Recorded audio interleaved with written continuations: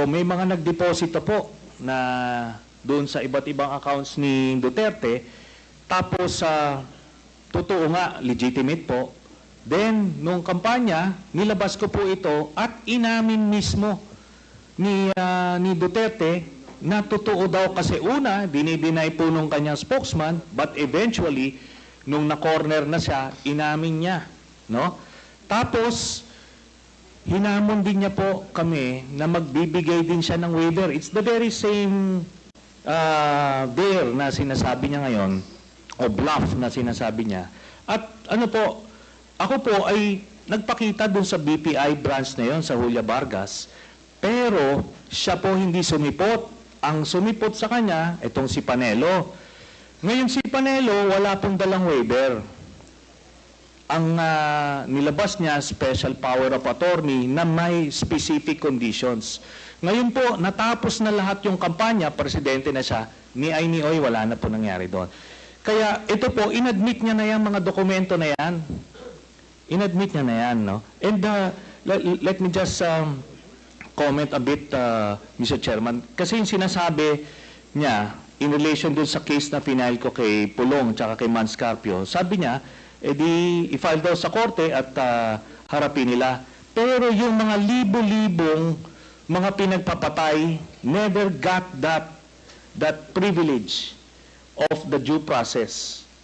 Pagka wala ka sa grupo niya, hindi ka sa sindikato niya, protektado ka. Kailangan mag-file sa korte. Pero pagkakaribal ka at ordinaryong Pilipino ka, tutumba ka. Yun lang po, Mr. Chairman. Man, can I have my follow-up question? You have the floor, Congressman Paduano. Former Senator Trinas testified that that document was not acquired legally.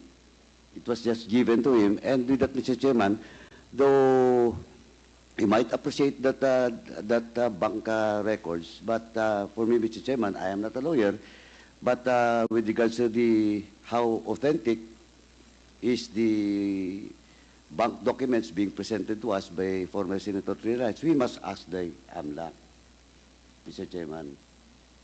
So, with that, Mr. Chairman, unless Senator Trillanes can present to us another document that that bank records came from an authentic, competent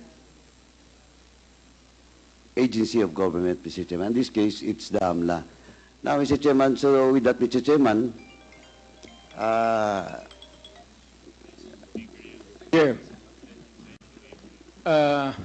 this is a very serious accusation. So, Mr. Chair, Mr. Chair, Congressman point of order. Paduano has the floor, but with the Yes. indulgence of No, I think the chairman has ruled a while ago the sequence of those people present in this hall to answer. okay. I think we must follow that, Mr. Chair. Thank you for reminding the chair, Congressman Acop. Now, Congressman Paduano, please proceed if that is your last. I am sorry, I thought that you were tapos na. Thank you, Mr. thank President. you, Mr. President. Anyway, Mr. President, now with that, Mr. Chairman, and the former President has, a while ago, has a commitment to waive his right with regards to all the bank accounts that was mentioned by former Senator Trillanes. Now, Mr. Chairman, pwede naman parallel yan, AMLAC, at the same time, yung waiver, if the President, former President, will sign a waiver with regards to all those bank accounts. Thank you, Mr. Chairman. I will sign it, the document, tomorrow. And I will hand it kasi gagawin pa ng abogado.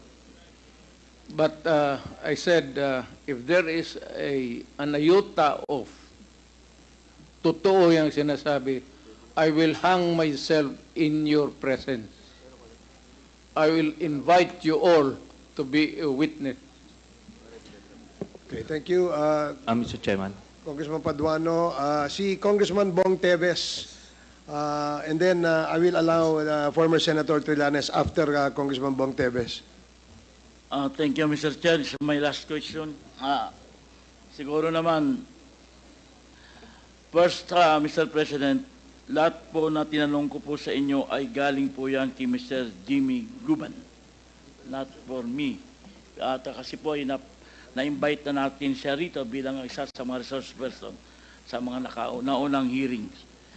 And then, may I ask Mr. President, for my last question, given na po na na-acquit si former Senator Laila de Lima sa mga kaso niya tungkol sa drugs, as now, Mr. President, naniniwala pa rin po ba kayo na si former Senator de Lima ay queen of all drugs lords?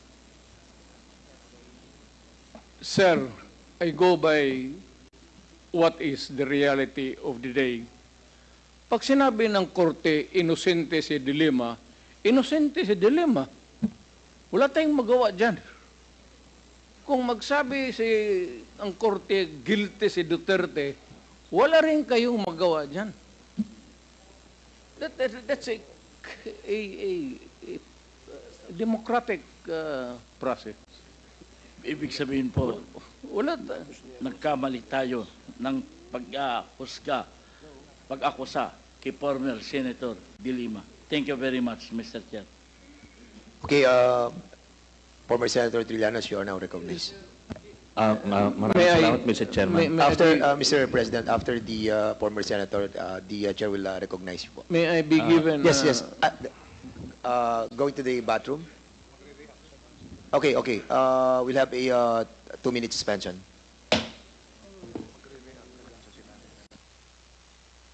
I'm sorry. Hearing resumed.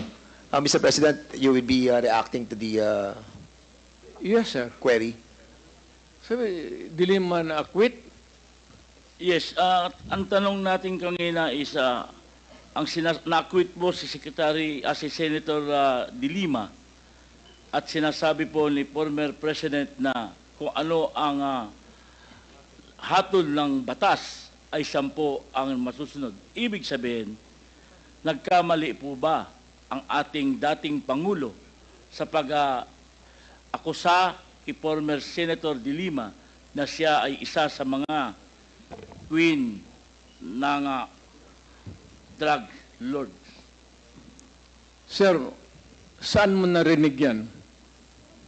Bigyan mo ako ng kopya. Saan mo narinig yan? A recording or a newspaper. Pangalawa, sir, nakalimutan ko na tuloy ang sabihin.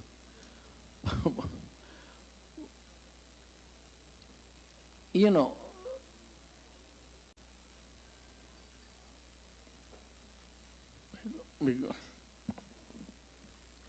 Do you need, Mr. President, a moment to... I'm just collecting my mind, sir. Okay, go ahead. Naipon na kasi. We'll give you time, Mr. President. For the meantime, the Chair would like to recognize... May I Yes, ask sir. for a recess of just 1 minute? Yes, we'll give you a 2-minute suspension. The hearing is suspended.